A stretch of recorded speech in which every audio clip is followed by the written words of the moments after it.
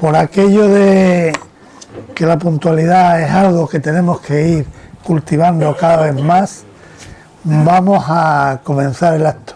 El acto, como saben, porque está previsto, va a haber 3 intervenciones, una que se duplicará o triplicará, que es la musical de nuestro amigo Jesús, y otras 2 que va a intervenir el presentador del libro, que es el protagonista de la noche, y yo luego diré unas palabras como autor del mismo. Vamos a empezar con una introducción musical, que la música siempre es un elemento muy positivo. Jesús Aranda, como saben todos, aparte de un músico excelente y experimentado, es un profesor de inglés, ya jubilado. Curiosamente, los 3 trabajábamos en el mismo centro. Es decir, que los 3 estuvimos trabajando juntos, tanto Marcelino como Jesús como yo. Ya he hecho los preámbulos para que... Buenas tardes, encantado como siempre de acompañar a mi querido amigo Paco Montoro. Al parecer me estoy convirtiendo en el amenizador oficial del libro de las Artigas. Que lo voy a recoger por ahí, de lo cual estoy encantado. Bueno, voy a empezar con una adaptación musical que he hecho, un tema muy sencillito, para que vayamos entrando en faena, que nos olvidemos las cosas del día y nos vayamos centrando. La música tiene muchas facultades, una de ellas la de concentrarnos y meternos un poquito donde estamos.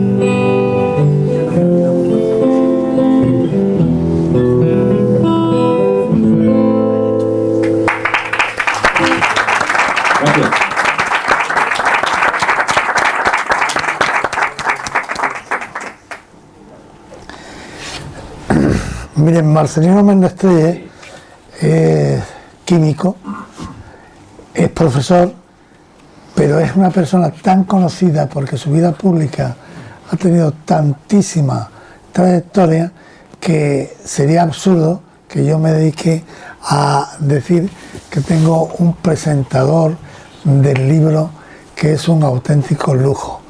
No solamente por sus cualidades como analista, sino que además ya nos lo ha demostrado en otras ocasiones, en otros libros que él ha presentado. Algunos autores aquí son testigos de que las presentaciones que ha hecho han sido francamente buenas.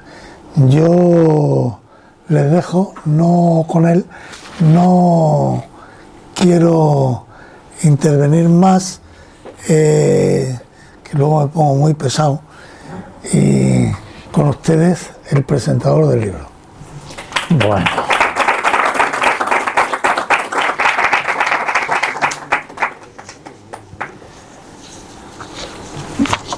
Bueno, buenas tardes. Llegó Paco un día allí al Pozancón, donde tengo el cuartel general, y allí me aíslo de tanto ruido que hay por todos lados. Y me dijo, ya me venía con el libro dedicado y tal, vengo a traerte el libro, muy bien. Y me dice, me gustaría que me lo presentara. Si no te importa, piénsatelo y tal. Digo, mira, eso tiene poco que pensar. Yo te lo presento y no pasa nada. Entonces, claro, ya después de irse empecé a pensar. Digo, este viene a que yo le presente el libro porque como sabe que somos amigos y además soy un formalito y tal, no lo voy a formar ningún follón. Porque es que hoy en día estamos en un mundo que cualquiera te forma una pajarraca. Pero después me fui... Y ahora después de oírlo, pues ya me fui creciendo, como se dice. Digo, bueno, y es que además lo tengo que hacer bien, porque es que si no, no va a venir, porque con uno que lo hubiera presentado, pues tenía bastante, porque es que este me parece que es el cuarto libro así que presento de él y de las colecciones que saca.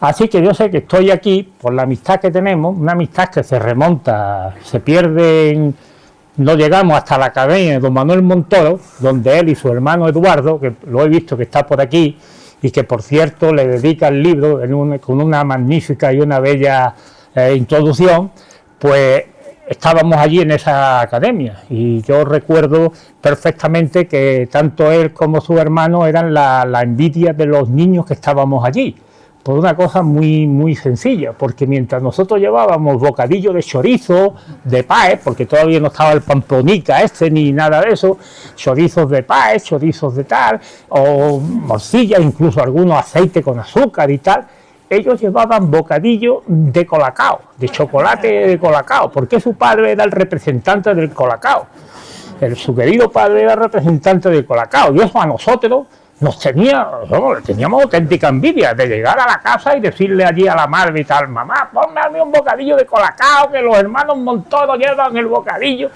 Pues desde entonces nos conocemos y desde entonces nos queremos, y tanto a Eduardo como a Paco. Así que yo sé que estoy aquí por la amistad y también pues porque, como él lo ha dicho, lo diré, porque dice que lo hago bien. Bueno, por las dos cosas.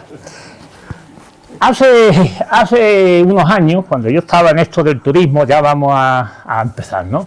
Estaba en esto del turismo y tal, en uno de los viajes venía uno allí de los que venía y lo veía que leía con una gran avidez un libro, y le pregunté, digo, ¿qué estás leyendo y tal? Y me dice, mira, estoy leyendo un libro que se llama La sombra del viento, que es de un autor que es Carlos Ruiz Zafón.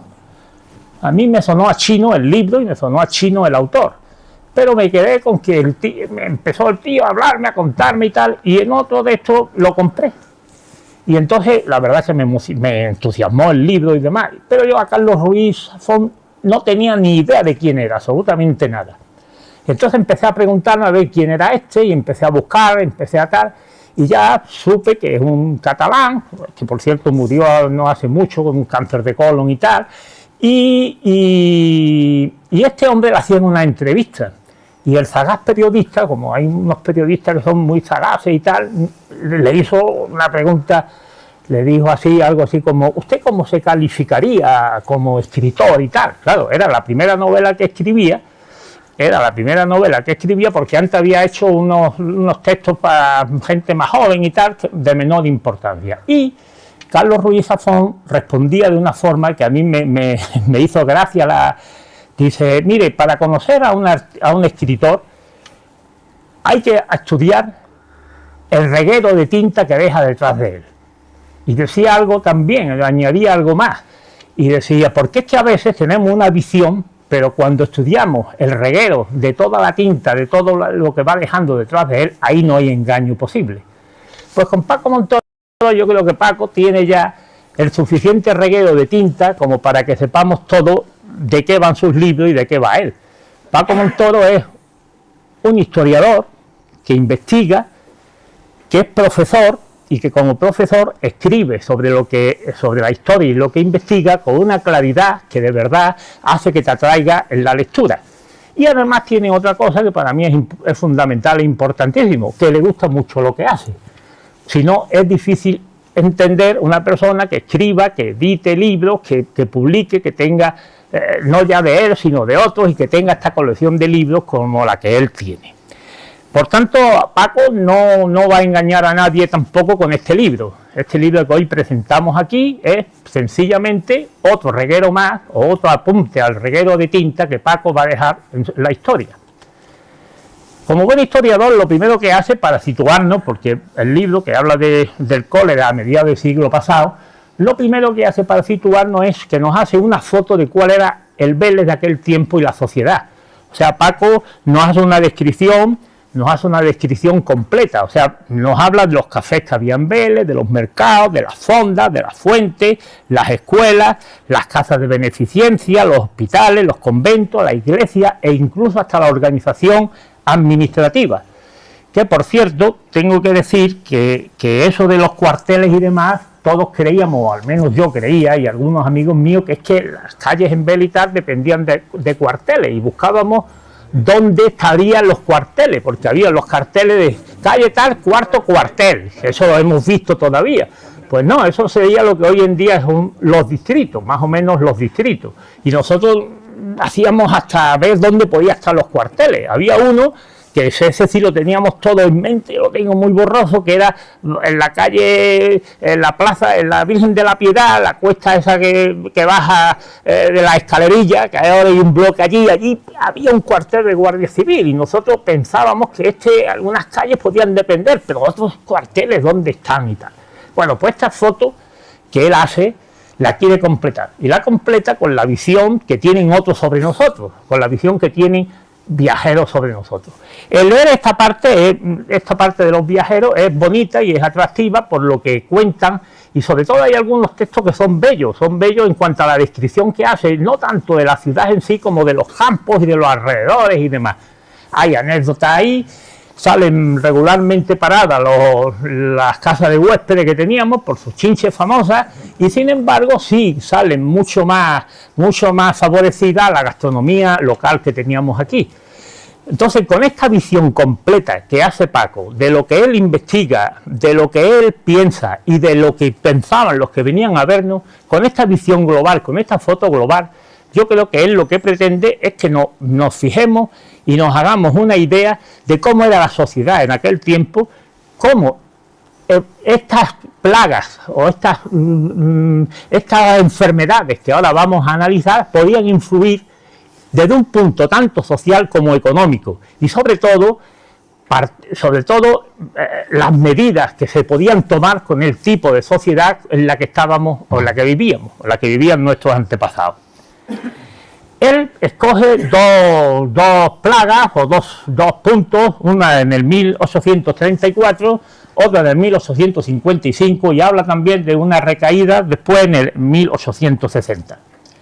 Hay muchas cosas que yo eso es lo que voy a hacer, voy a intentar ver las similitudes de las cosas que ocurrían tanto en el 34 como en el 85, en el 55 como en el 60. Había una gran inestabilidad política en España y una crisis económica.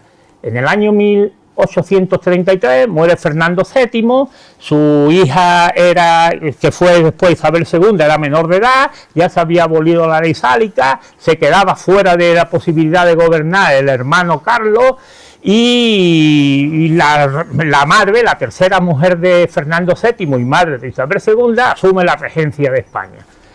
Esto, así dicho, bueno, pues parece que es casi normal, pero el amigo Carlos no estaba de acuerdo con esto y se organizan ya las primeras guerras carlistas, que eso trajo consigo como consecuencia de eso, pues una división entre una parte, porque la reina María, la regente, ella se basó, se apuntaló con los liberales más progresistas, los que pensaban en que añoraban la Constitución del 12 y los que pensaban que había que tener una monarquía parlamentaria frente a los carlistas, los de aquellos de Dios por la patria y el rey, que todavía recordaremos como en las emisoras antiguas hace ya muchísimos años, aquello de Dios, por Dios por la patria y el rey, lucharon nuestros padres, por Dios por la patria y el rey, lucharemos nosotros también, y aquellas cosas que nos ponían allí en la radio y demás.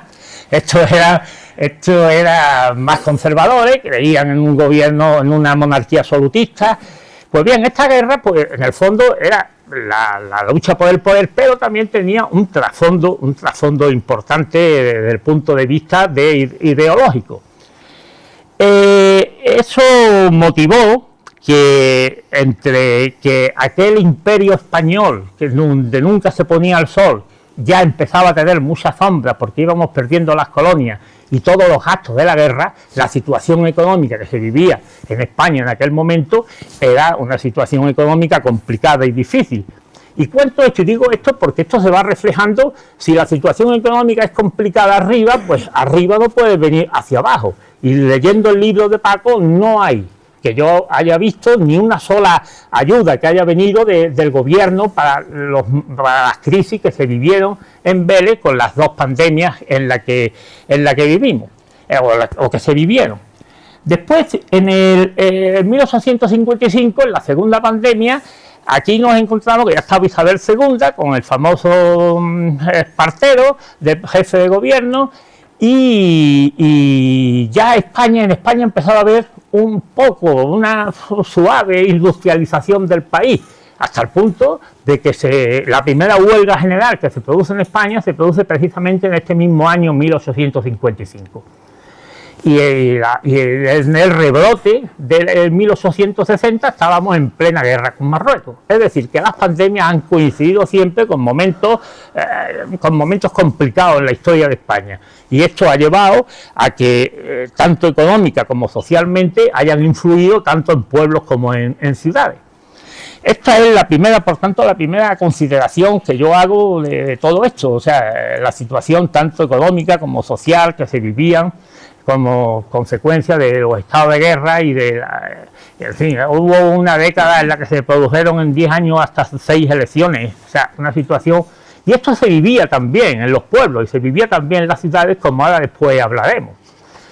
Después hay otra cosa que también es común en todo esto, que es la escasa información oficial que hay sobre la pandemia, sobre las dos pandemias estas. El autor se queja, lamentablemente, o se queja amargamente de que no existan actas. Las actas se habían perdido, las actas del ayuntamiento se habían perdido y apenas si puede tener información sobre las actas porque no existían. Pero dentro de su afán por investigar y demás, descubre un libro que él dice que es un curioso libro, que se llama, lo tengo aquí anotado, Parangón de las dos epidemias coléricas en 1834 y 1855, que es de un tal Bernardo Muñoz Piquer.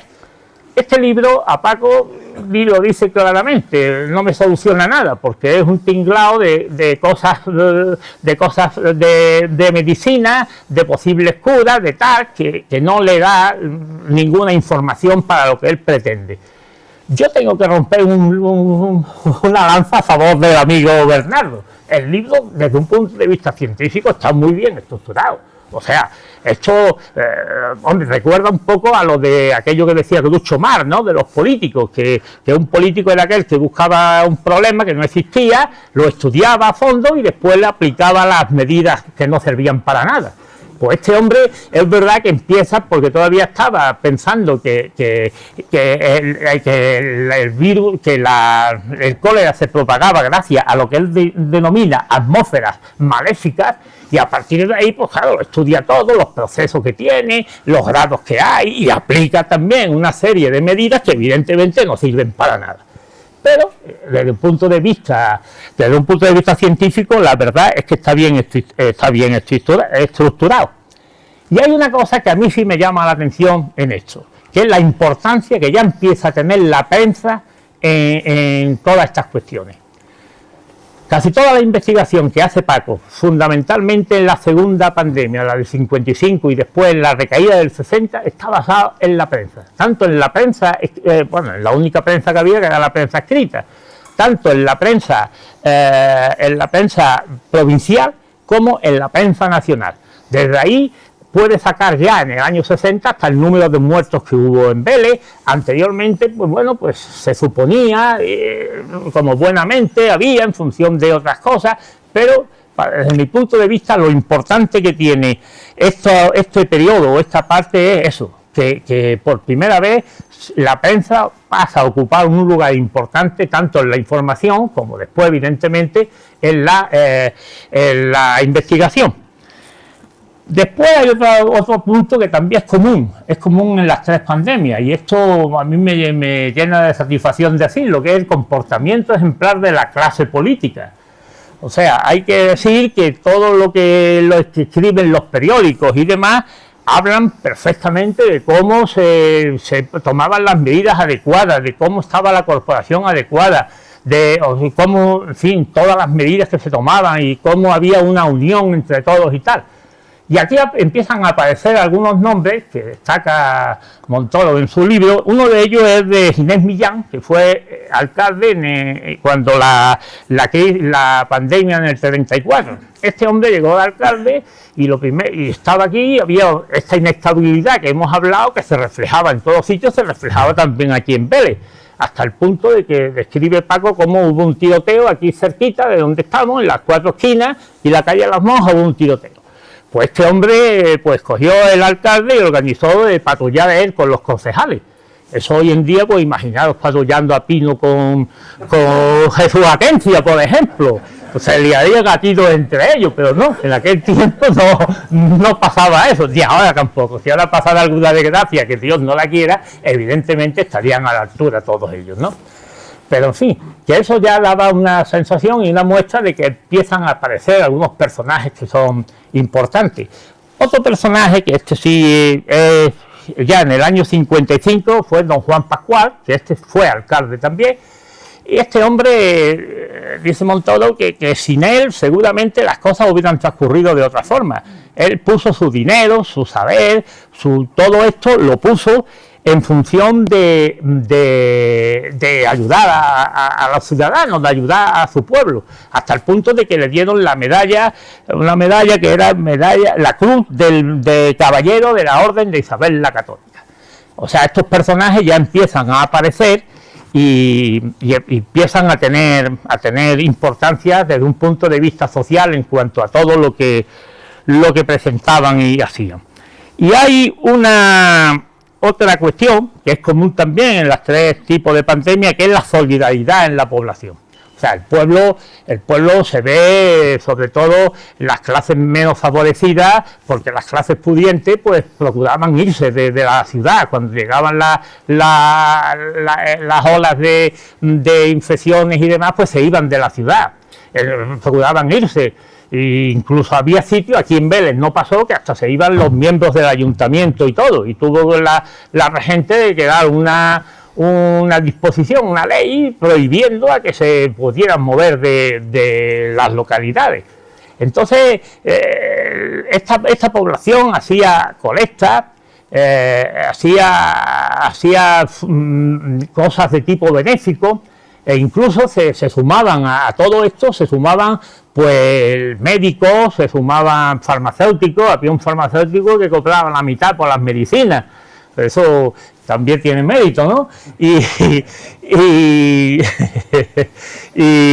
bueno, Y entonces hay una escena muy bonita de la solidaridad y tal, que fue cuando la recaída del 60, estábamos en plena guerra con Marruecos, como he dicho antes, y pasaron por aquí, no sé si eran 100 y pico de soldados que venían de Marruecos, y la población se volcó por completo con ellos, le buscaban alojamiento, los querían llevar a sus casas, les daban los alimentos, le hacían, o sea, que siempre hubo una ola de solidaridad que yo creo que sirvió para impregnar una nueva situación social en toda la ciudad. Yo creo que aquello sirvió pues para unir y para que pudiéramos, a partir de ahí, pudiera Vélez salir y poder dar pasos más hacia adelante. Hay una otra cuestión importante que se da también en las tres pandemias, que es pues el fervor veleño a la Virgen de los Remedios. La Virgen de los Remedios, pues, mientras, en fin, había dos teorías, una de, aquí no tanto, pero en fin, en toda España y eso había la teoría del que decía que esto era un castigo maligno, y el que decía que no, que era una enfermedad. Entonces había, bueno, la tomaban con los curas, decían que incluso los curas envenenaban las fuentes y todo este tipo de cuestiones. Pero sin embargo aquí en Vélez, pues bueno, pues la patrona, la Virgen de los Remedios, pues seguía y la sacaban en procesión, le hacían novena, te deum y todo tipo de manifestaciones religiosas pidiéndole el socorro y pidiéndole la ayuda a la Virgen. Esto es un hecho que ocurre también en las tres pandemias, en las tres fases de la pandemia. Y después, pues bueno, las medidas que se adoptaban pues eran exactamente las mismas en los tres casos, porque todavía no se sabía el motivo y el del cólera, y todos pensaban, bueno, pues que era por el aire, lo que se respiraba, pero ya sí es verdad que se iba viendo de que el agua afectaba, se empezaron a hacer ya las primeras canalizaciones de agua, del agua potable y demás, y esto creó un concepto ya de una ciudad en la que se empezaba ya a transformarse de alguna manera, de la sociedad que describe Paco al principio en esa foto que os he contado, ya va evolucionando en otro sentido para contrarrestar o como consecuencia de la enfermedad que se estaba produciendo.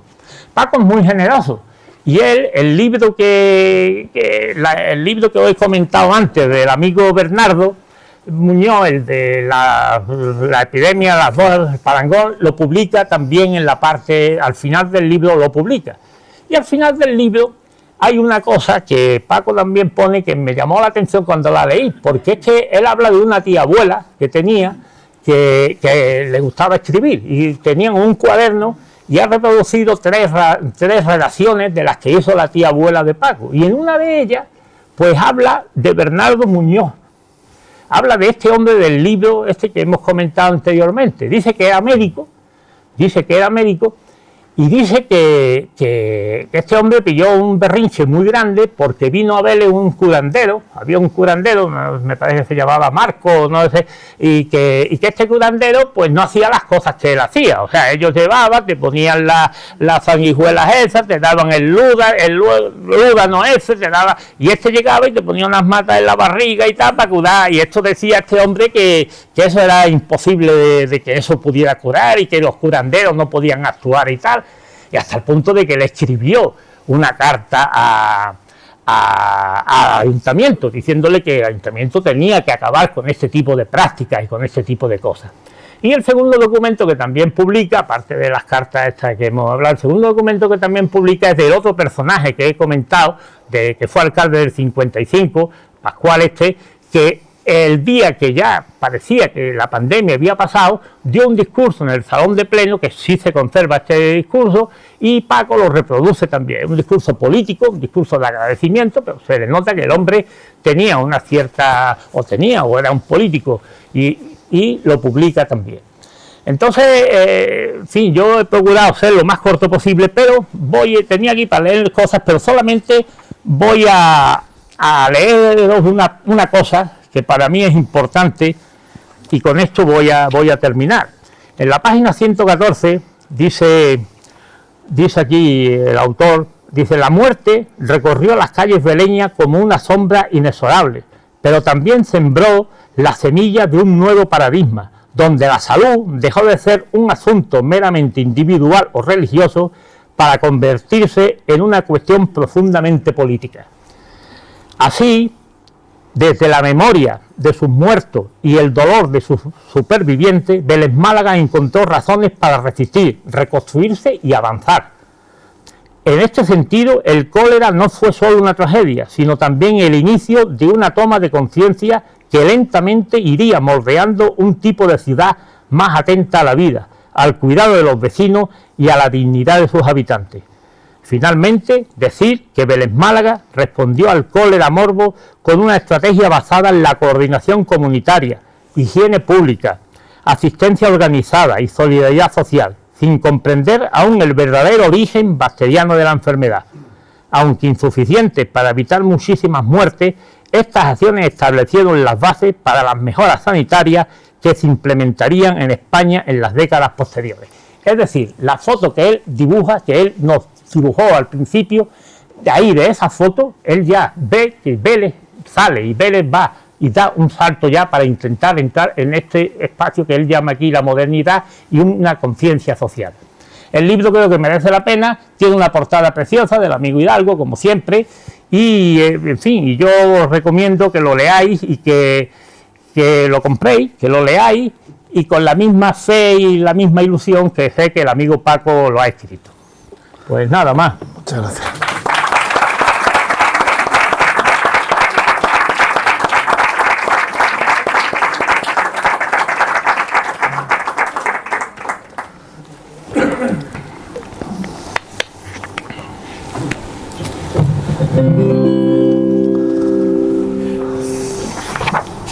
La historia, que importante es que la conozcamos, que la amemos, porque nos enseña un montón de cosas. Y yo he tenido la suerte, y Paco fue, digamos, el culmen, de que de chico he tenido muy buenos profesores de historia, y me la han hecho más. Y los que conocemos la historia y nos gusta la historia, por supuesto la historia local también contada con otro querido amigo, estamos viendo ahora unos momentos de zozobra, de temor, de inquietud, porque se están volviendo a gestar los mimbres que en el pasado generaron grandes catástrofes mundiales, y parece que algunos locos no se dan cuenta. Y entonces, pues bueno, digo esto porque al venir para acá he cambiado de opinión y tenía otra cosa preparada, pero me apetecía compartir una canción de uno de mis ídolos, de John Lennon. Allá por el año 1970 escribió una canción un poco utópica, donde nos decía que nos imagináramos un mundo sin países, sin guerra, donde no hubiera nada por lo que matar o morir, sin hambre, sin injusticia, etcétera, etcétera. Un mundo sin fronteras. Era una utopía entonces, lo sigue siendo ahora, pero bueno, en ese recuerdo pues se refugia uno para intentar evadirse de lo que tenemos encima. Imagine.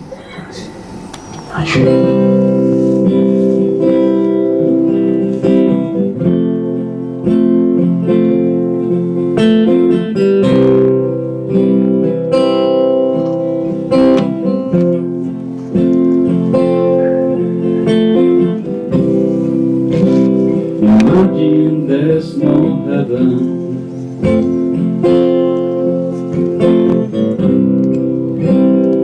It's easy if you try.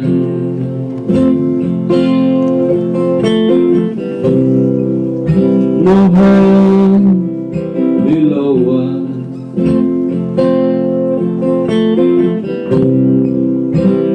Above us only sky.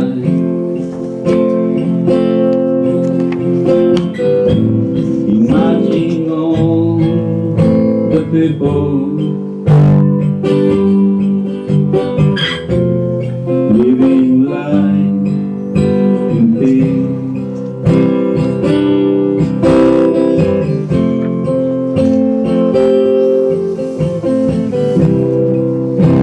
Imagine there's no countries.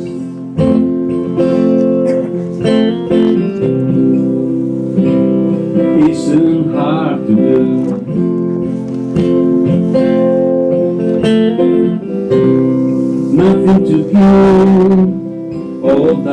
people.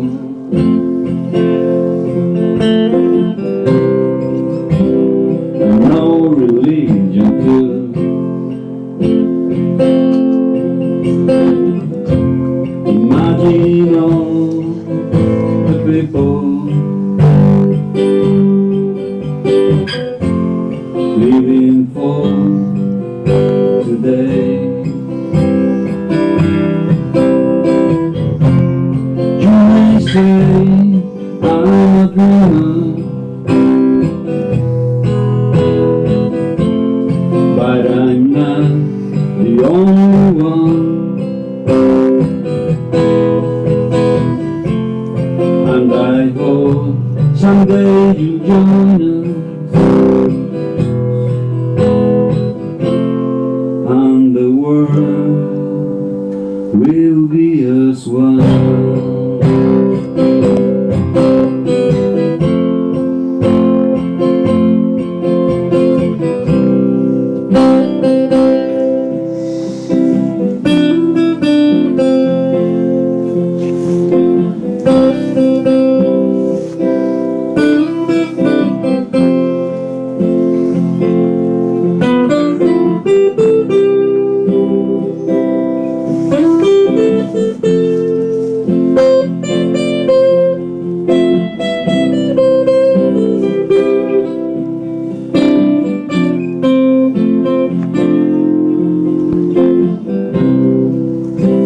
Imagine no possession,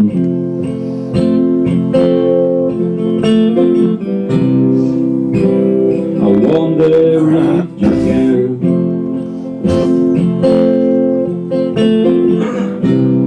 No need for greed or hunger,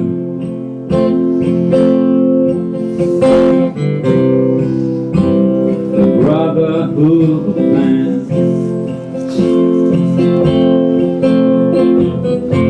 Imagine all the people sharing all the world. You may say I'm a dreamer, but I'm not the only one. And I hope someday you'll join us, and the world will be as one.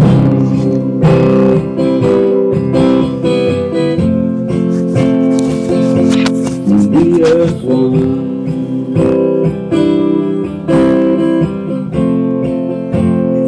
Imagine. Okay.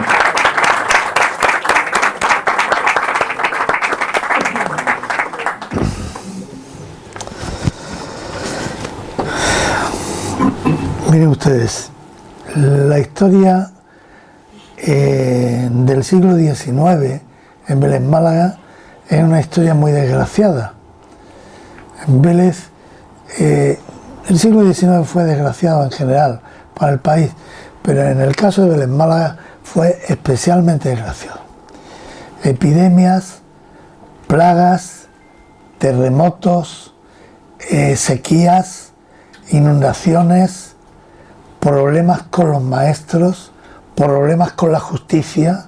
Es decir, el siglo XIX en Vélez Málaga es un siglo muy triste, bastante triste.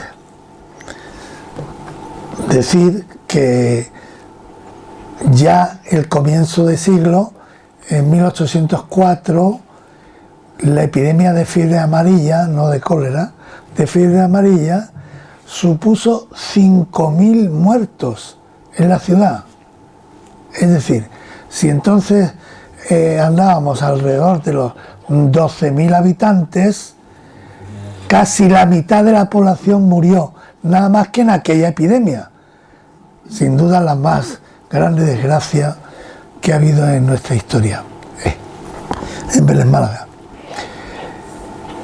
Pero es que a continuación tenemos la invasión francesa, tenemos la guerra de independencia, se van acumulando infinidad de desgracias. Y cuando muere Fernando VII, cuando muere Fernando VII en 1833, se inicia un periodo que es lo que en España se llama el siglo XIX histórico. Lo llaman algunos historiadores, especialmente el profesor José Luis Comella. Él insistía mucho en el valor de darle sentido a esta expresión por lo que supone de unidad. Desde 1834 a 1936, cuando empieza nuestra guerra civil, hay un periodo de 103 años que se conoce como el siglo XIX histórico. Tenía una significación enorme, y es que piensen un momento, 103 años, hubo 100 gobiernos, 9 constituciones, 3 destronamientos, 5 guerras civiles y un número incalculable de pronunciamientos militares y golpes de Estado. Lo que José Luis Comella identifica calculando un intento por derribar el poder establecido cada 17 días. Es decir, la inestabilidad que sufrió y vivió este país era realmente terrible. Y esto efectivamente afectaba a todo el país. Y en Vélez Málaga se agravaba con la filoxera, con el cólera morbo, es decir, la cantidad de desgracias que vivimos fueron realmente espectaculares. Lo que comentaba Marcelino antes, de que los mismos regidores llegaban a intentar formar cuadrillas para poner orden por la noche, para intentar evitar, es que el malestar general era terrible. Piensen, por ejemplo, lo grave que es que Vélez Málaga se haga famoso en todo el país y parte de Europa. Lo de parte de Europa es por culpa de los viajeros que venían aquí y escribían. En el país, porque los maestros de Vélez Málaga no cobran. El ayuntamiento se pasa meses y meses y meses y años sin pagarle. Incluso hay uno que llega a morir porque se niega a aceptar la caridad pública. Manifestaciones de maestros, lo de más hambre que un maestro de escuela, eso surgió aquí y se extendió por todas partes. Cuando llega el padre María Zambrano aquí a Vélez Málaga, y la madre, que acababan de sacar las oposiciones en Granada, se dice, hombre, es que no se asientan, es que ellos ya tenían claro que en Vélez Málaga cómo se iban a asentar.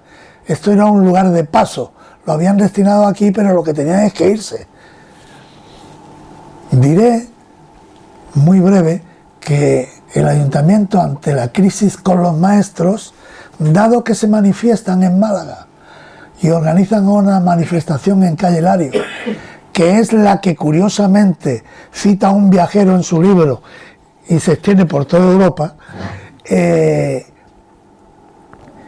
dado que los maestros se han atrevido a manifestarse en Málaga porque no cobran, llegan a una conclusión, se reúnen y el ayuntamiento toman un acuerdo que es tan importante que no solamente toman acta, sino lo publican lo imprimen, yo tengo una copia, en el que solicitan al ministro de Fomento la reducción de escuelas en el municipio de Vélez Málaga, con modo de resolver el problema. ¿No podemos pagarle? Pues a quitar escuelas. Pero es que además Vélez Málaga se hizo también famoso a final de siglo por otra historia. Perdonad, voy a procurar no colarme, y es que había un juez, el juez José López Cardona, cuyas barbaridades que ocurrían fueron tantas que, con motivo de sus desafueros, se creó en España la Inspección de Tribunales. El ministro de Justicia, teniendo noticias de lo que pasaba en Vélez Málaga, creó la Inspección de Tribunales. Es decir, que no es necesario decir que Vélez Málaga vivió un tiempo muy desgraciado en el siglo XIX. A mediados del siglo, con la epidemia de cólera morbo, pues hubo 700 muertos en el año 55. En 1855 murieron 700 veleños, que son veleños.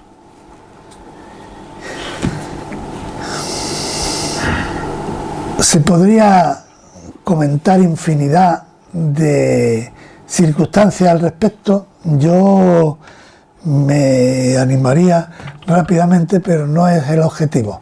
Decir que es verdad, a mí me llamó mucho la atención el libro que ha comentado Marcelino y que va incluido en el libro de Bernardo Muñoz Piqué, el de Parangón de las dos epidemias coléricas.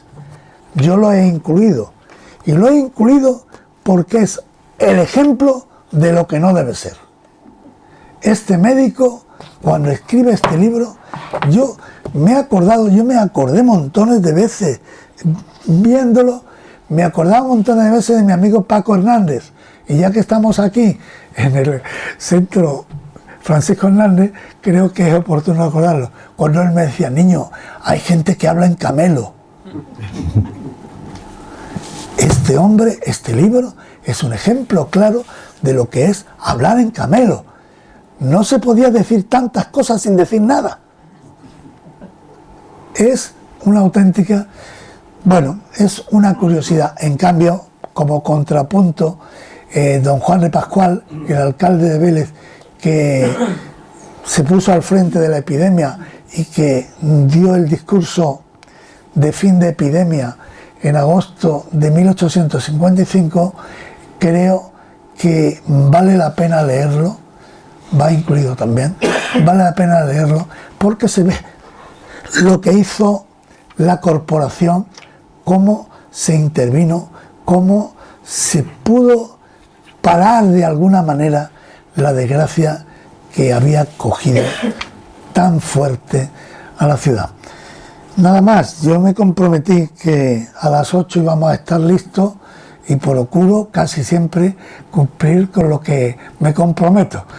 Muchas gracias a Marcelino Méndez, muchas gracias a Jesús Aranda Camuñas, lo digo porque me sé muy bien los apellidos, con Marcelino Méndez Trella Ramos. Muchas gracias al autor de esta hermosísima portada que tenemos aquí con nosotros, al pintor de la fantasía, al pintor que hace la pintura más hermosa que podemos ver, no solamente en nuestra tierra, sino en nuestro país, y dar las gracias a todos ustedes por haberme acompañado en un acto que siempre es un acto muy agradable, como es el del nacimiento de un libro. Vamos a terminar en los 2 minutos que faltan, para ser riguroso, con la entrada musical, la despedida musical de Jesús Aranda. Muchas gracias.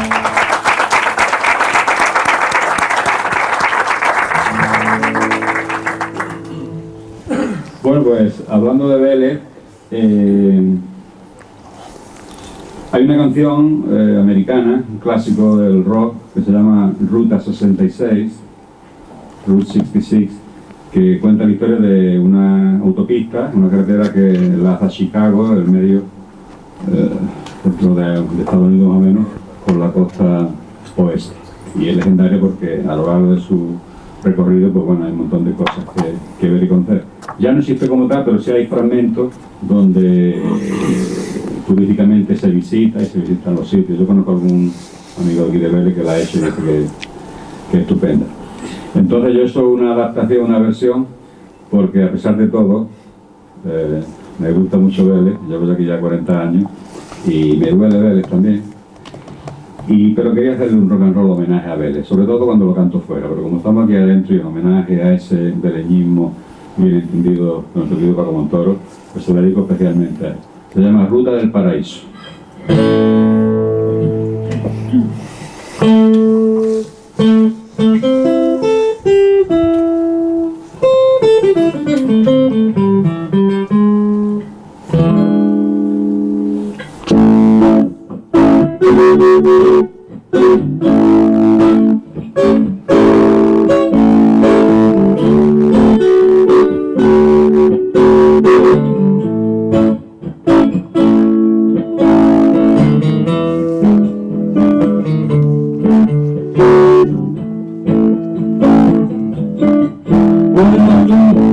Si quieres vivir y conocer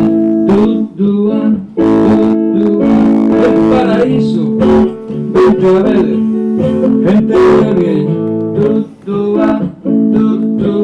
ven aquí y lo vas a entender.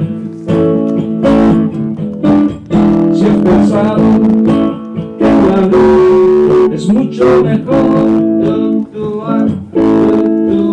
tener amigos, disfrutar a tu alrededor. Ven aquí, hazme caso,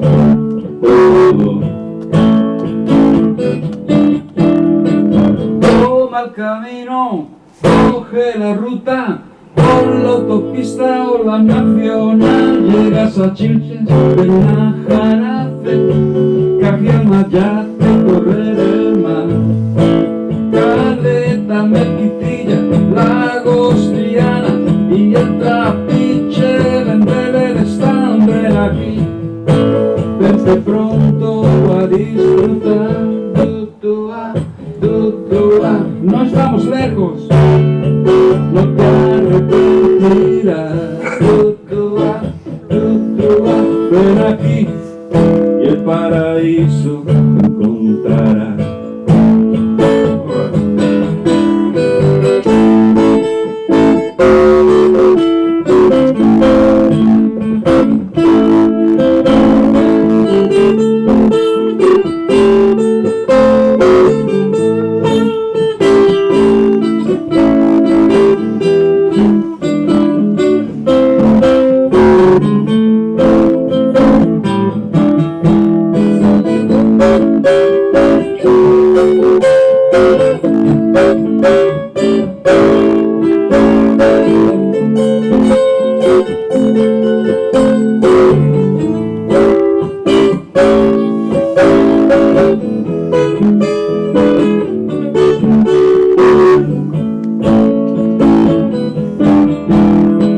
Toma el camino, coge la ruta, por la autopista o la nacional, llegas a Chilches, Benajarafe, Cajiamayate, Correr el Mar, Caleta, Melquitilla, Lagos, Triana y el Trapiche, Vélez están, ven aquí, vente pronto a disfrutar,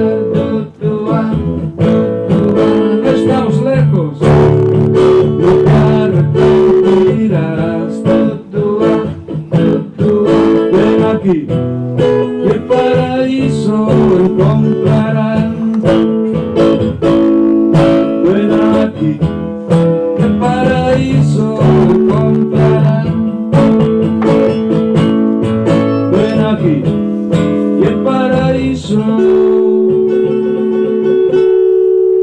encontrarás. Vale. Gracias.